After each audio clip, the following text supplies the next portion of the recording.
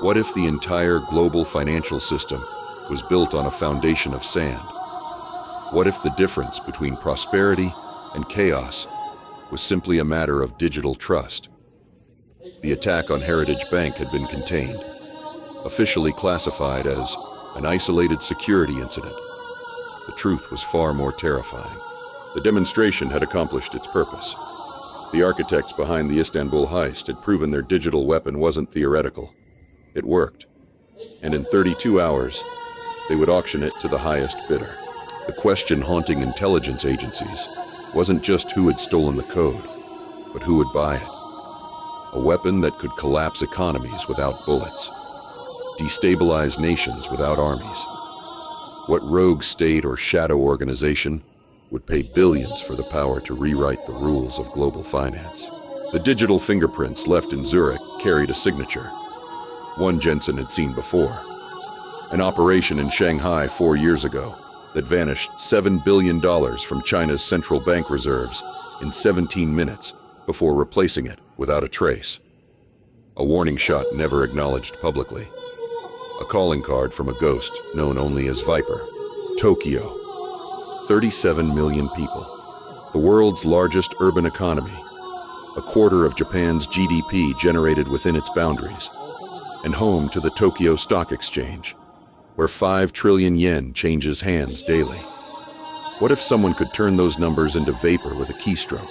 The architects of the Istanbul theft hadn't chosen Tokyo by accident.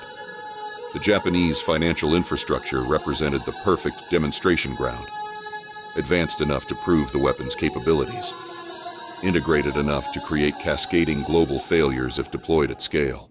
How do you stop an auction that exists only in the digital realm? How do you track a weapon you can't see?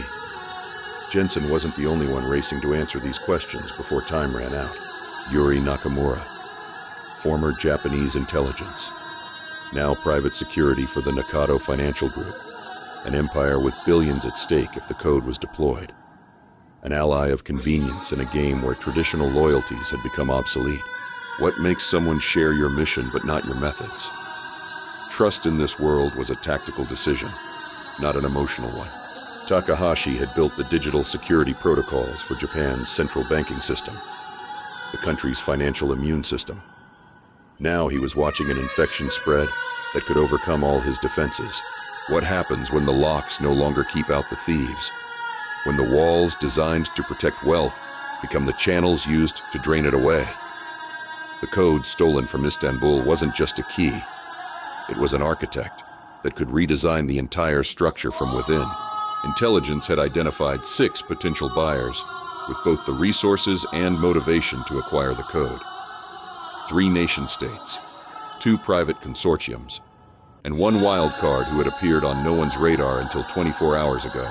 What price would you put on global instability? How much would you pay for the power to make nations kneel without firing a shot? The bidding would start at $2 billion. The cost of failure to stop it was incalculable. The Tokyo Stock Exchange processes over 3 trillion yen in daily transactions, a tempting target for anyone looking to demonstrate destructive capability. But the real target wasn't just Japan. It was trust itself. Japanese authorities had been briefed on the Zurich incident. They'd enhanced security protocols, but against an enemy who could move between networks like a ghost. Traditional defenses were obsolete before they were deployed.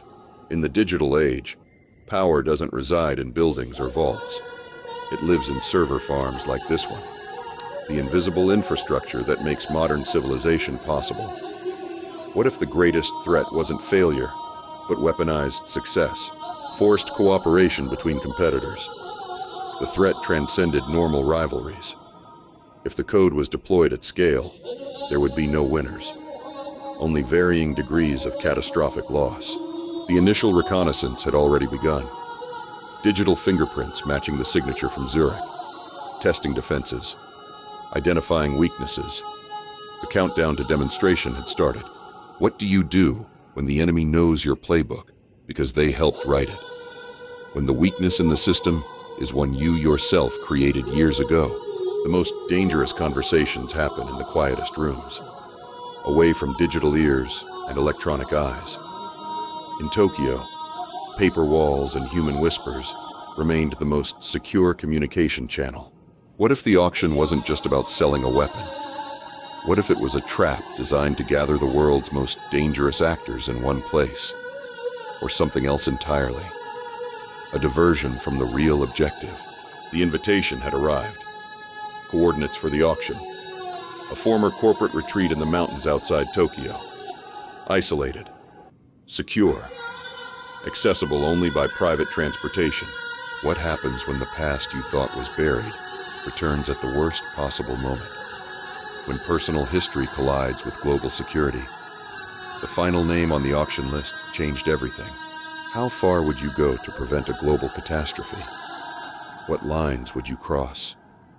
What rules would you break? The revelation had forced a change in strategy. The auction couldn't be allowed to proceed, but direct intervention would trigger countermeasures that could release the code automatically. The plan had shifted from containment to controlled detonation. They would need to infiltrate the auction and trigger the fail-safe protocols themselves. A desperate gambit with no guarantee of success. What began in Istanbul now accelerated toward an endgame no one had anticipated. The code wasn't just a tool. It was bait in a trap years in the making. But who was the hunter? And who was the prey? Dawn in Tokyo. Markets would open in 1 hour. Trillions of yen, dollars, euros changing hands in milliseconds. The perfect moment to demonstrate the true power of what was about to be auctioned. The distance between civilization and chaos has always been smaller than people want to believe. In the digital age, that distance could be measured in lines of code, in the choices made by those with the power to unleash or contain the storm. What sacrifice would you make to save a system you know is flawed?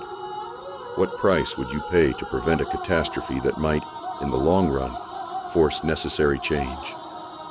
As they left Tokyo behind, these questions hung in the air between them, unanswered. The auction would begin at noon. The consequences would echo for generations. And the truth about who really orchestrated the Istanbul heist remained hidden in plain sight. For now, what if the real threat isn't what was stolen, but who stole it and why?